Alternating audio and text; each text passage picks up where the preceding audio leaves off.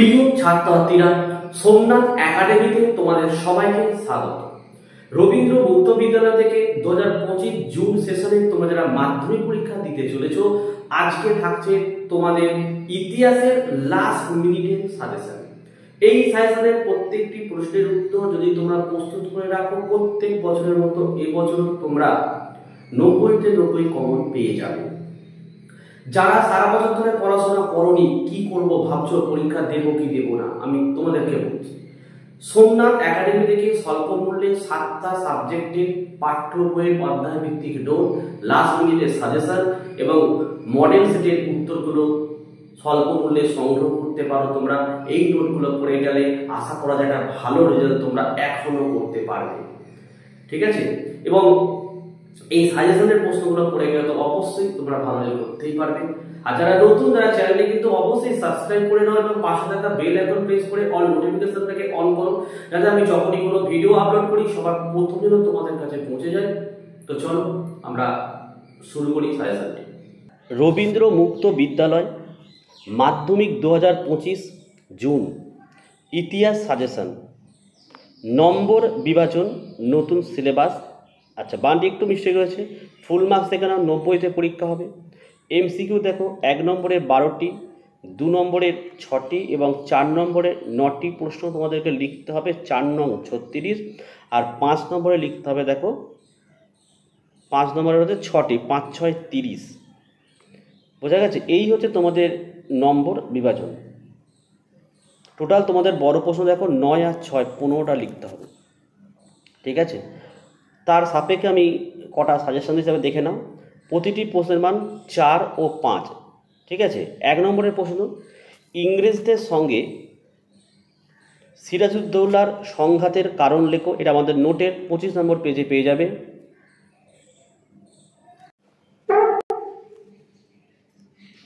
2 নম্বরের প্রশ্ন, মীর কাসিমের সঙ্গে ইংরেজদের সম্পর্ক আলোচনা করো। এটি নোটের 20 নম্বর পেজে এই উত্তরটি তোমরা পেয়ে যাবে। অর্থাৎ যারা আমাদের কাছ থেকে নোট সংগ্রহ করেছো তারা কিন্তু পাবে, ঠিক আছে। 3 নম্বরের প্রশ্ন, ভারতের স্বাধীনতা আন্দোলনের ইতিহাসে সুভাষচন্দ্র বসু ও আজাদ হিন্দ বাহিনীর ভূমিকা লেখো। এটা আমাদের নোটের 11 নম্বর পেজে পাবে। যারা আমাদের কাছ থেকে নোট সংগ্রহ করোনি, তোমরা কিন্তু স্বল্প মূল্যে নোট সংগ্রহ করতে পারো, অথবা এই প্রশ্নগুলি তোমরা যে পাঠ্য বই থেকেও যদি খুঁজে পড়ে যাও, এখান থেকে অনেক প্রশ্ন তোমরা কিন্তু পড়ে কমন পেয়ে যাবে। 4 নম্বরের প্রশ্ন বলছে, বঙ্গভঙ্গ কবে হয়েছিল, কেন লর্ড কার্জন বাংলাকে ভাগ করতে চেয়েছিল। এটা আমাদের নোটের 20 নম্বর পেজের উত্তর পাবে। 5, সমাজ সংস্কারে রাজা রামমোহন রায়ের অবদান আলোচনা করো। এটা আমাদের নোটের 22 নম্বর পেজে পাবে। 6 নম্বরের প্রশ্ন, ইংল্যান্ডে সর্বপ্রথম শিল্প বিপ্লব হয়েছিল কেন। এটা আমাদের নোটের 46 পেজে এর উত্তর পেয়ে যাবে। 7 নম্বর দেখো, ফরাসি বিপ্লবের কারণ ও ফলাফল আলোচনা করো। এটা আমাদের নোটের 47-এ পাচ্ছ। 8, প্রথম বিশ্বযুদ্ধের কারণ ও ফলাফল আলোচনা করো। এটা আমাদের নোটের 49 পেজের উত্তর পেয়ে যাবে। 9 নম্বরের প্রশ্ন দেখো, নেপোলিয়নকে বিপ্লবের সন্তান বলা হয় কেন। এটা আমাদের নোটের 55 পেজে কিন্তু এর উত্তরটা তোমরা পেয়ে যাবে।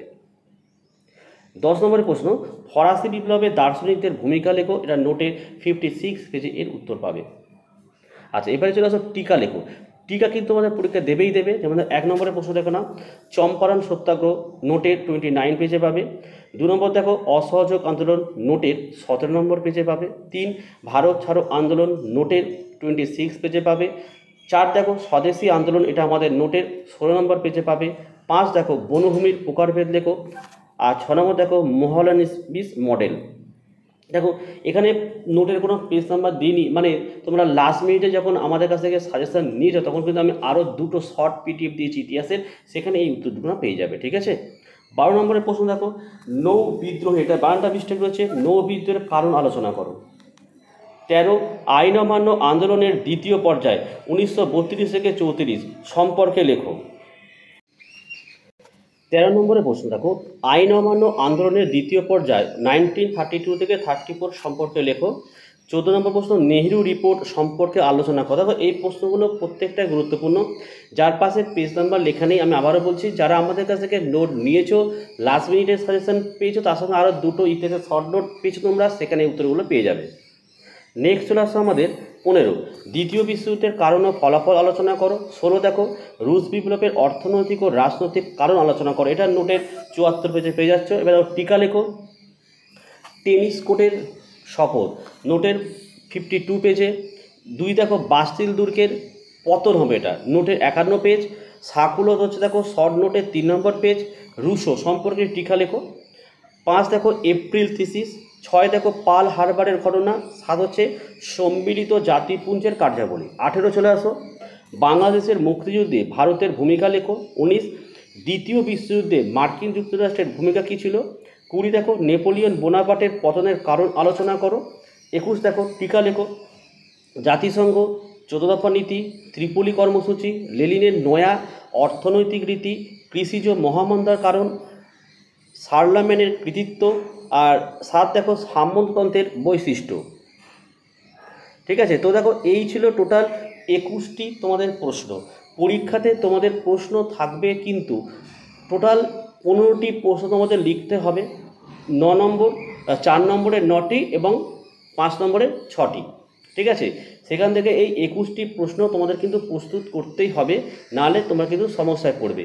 আর যারা আমাদের কাছ থেকে নোট নিয়েছো, এই প্রশ্নগুলি ছাড়াও যে এক্সট্রা প্রশ্নগুলো আছে অবশ্যই একবার দেখে যেও, কারণ রবীন্দ্র মুক্ত বিদ্যালয় প্রশ্ন কিন্তু রিপিট করে মাঝে মাঝে। সাজেশনটি তোমাদের কেমন লাগলো অবশ্যই কমেন্ট করে জানাও। ভালো লাগলে অবশ্যই লাইক করো এবং শেয়ার করে দাও। যারা নোট নিতে চাইছো সোমনাথ একাডেমি থেকে সরাসরি নিজের হোয়াটসঅ্যাপ নম্বরে যোগাযোগ করে স্বল্প মূল্যে প্রত্যেক সাবজেক্টের নোট, সাজেশন এবং মডেল সেটের কোশ্চেনের উত্তরগুলো তোমরা স্বল্প মূল্যে নিতে পারো। আজকের ভিডিও আমি এখানে শেষ করছি। তোমরা প্রত্যেকে ভালো থেকো এবং সুস্থ থেকো।